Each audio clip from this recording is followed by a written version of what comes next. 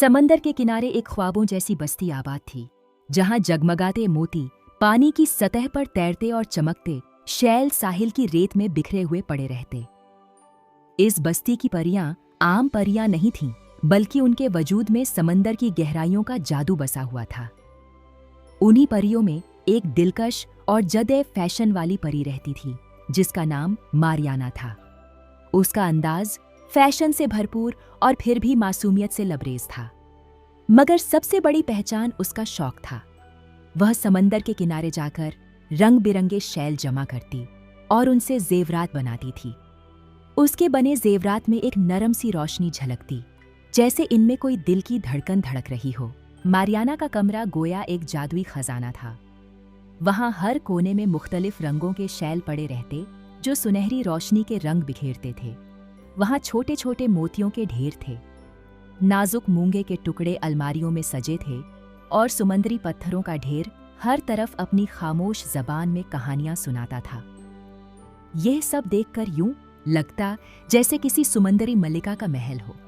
मगर इन सब के बावजूद मारियाना के दिल में एक अनजानी कमी थी।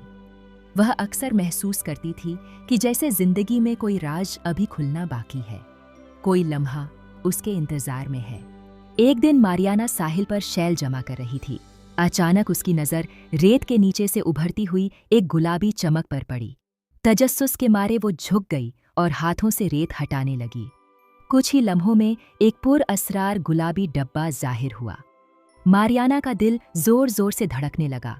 जैसे ही उसने डब्बे को छुआ, वह खुद ही खुल गया। डब्बे में एक जोड़ी गहरी गुलाबी चूड़ियां रखी हुई थीं।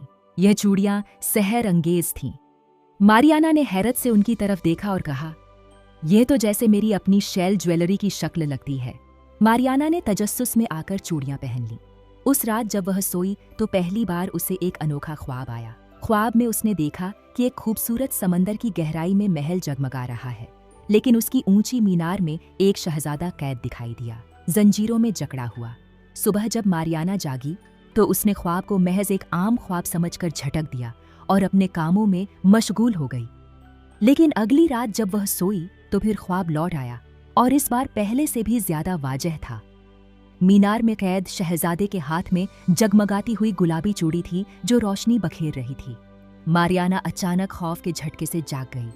उसने पसीने में भीगे हाथों से अपनी कलाई पर मौजूद चूड़ियों को देखा और फिर फौरन डब्बे पर नजर डाली।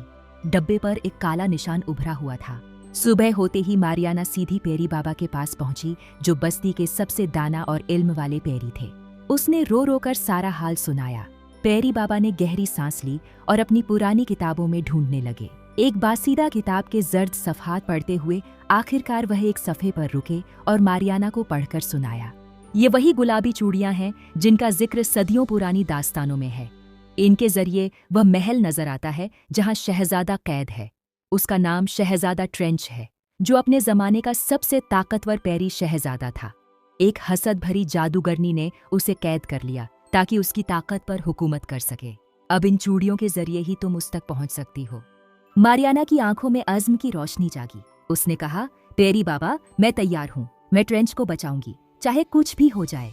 पेरी बाबा ने सिर हिलाया और हिदायत दी, अगर तुम वाकई उस महल तक जाना चाहती हो तो चूड़ियां पहनकर समंदर के किनारे खड़ी हो जाना। फिर 3 बार यह जुमला कहना कि गुलाबी चूड़ियों के लिए रास्ता बनाओ।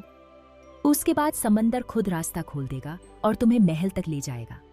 लेकिन याद रखना कि रास्ता सिर्फ उनके लिए खुलता है जिनका दिल सच्चा और नीयत साफ हो। मारियाना ने असबात में सिर हिलाया और उसी रात जब चांदनी लहरों पर चमक रही थी, वो चूड़ियां पहनकर साहिल पर जा खड़ी हुई। उसने अपनी आंखें बंद कीं और 3 बार कहा, गुलाबी चूड़ियों के लिए रास्ता बनाओ।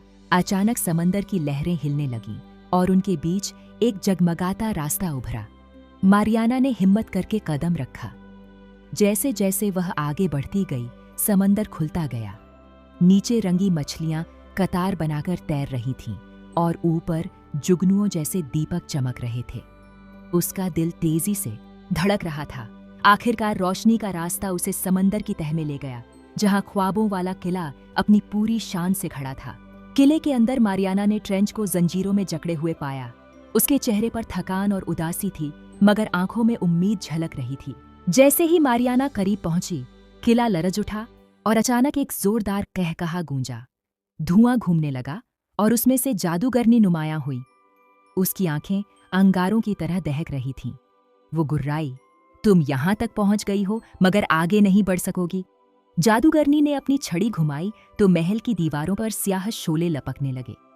फर्श से बेलों ने जन्म लिया और मारियाना के पांव जकड़ने लगे। उसने घबराकर अपने हार को छुआ, उसकी रोशनी से बेलें झलकर राख हो गईं।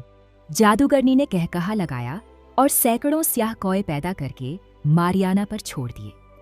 मारियाना ने अपनी अंगूठियां मुट्ठी में भींची तो उनसे बिजली की कड़क निकली और कौए गायब हो गए। लेकिन लड़ाई के साथ साथ मारियाना को कमजोरी महसूस होने लगी। चूड़ियां उसकी तावानाई चूस रही थीं और वह घुटनों के बल गिरने लगी। जादूगरनी ने तंजिया कहकहा लगाया, यही अंजाम है उनका जो मेरे रास्ते में आते हैं। तभी ट्रेंच ने कैद से पुकारा, मारियाना, इनकी असल ताकत मोहब्बत है, नफरत नहीं। इन पर भरोसा करो, ये तुम्हें धोखा नहीं देंगी। तब मारियाना ने हिम्मत जमा करके अपनी गुलाबी चूड़ियां उतारी और फर्श पर तोड़ दी। लम्हे भर में पूरा हाल रोशनी से भर गया। ट्रेंच आजाद हुआ। अब वो कैदी नहीं बल्कि एक ताकतवर पेरी शहजादा था। उसने कहा, यह मेरा घर है, यह मोहब्बत की जगह है, कैद की नहीं। उसने एक ही वार में रोशनी का तूफान पैदा किया और जादूगरनी को हमेशा के लिए खत्म कर दिया। महल टूटने लगा मगर अब कैद खत्म हो चुकी थी।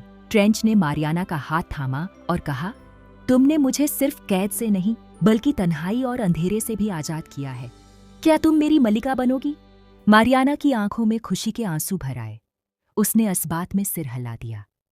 कुछ दिन बाद पेरी बस्ती जगमगा उठी। मोतियों के फानूस, शैल से बने ताज और कौ से कजह जैसे परों वाली परियां हर तरफ खुशी के गीत गा रही थीं।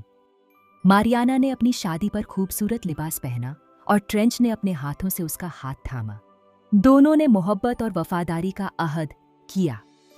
इस तरह उन दोनों की शादी एक लाजवाब दास्तान बन गई और वह गुलाबी चूड़ियां एक शीशे के बर्तन में सजाकर रख दी गईं।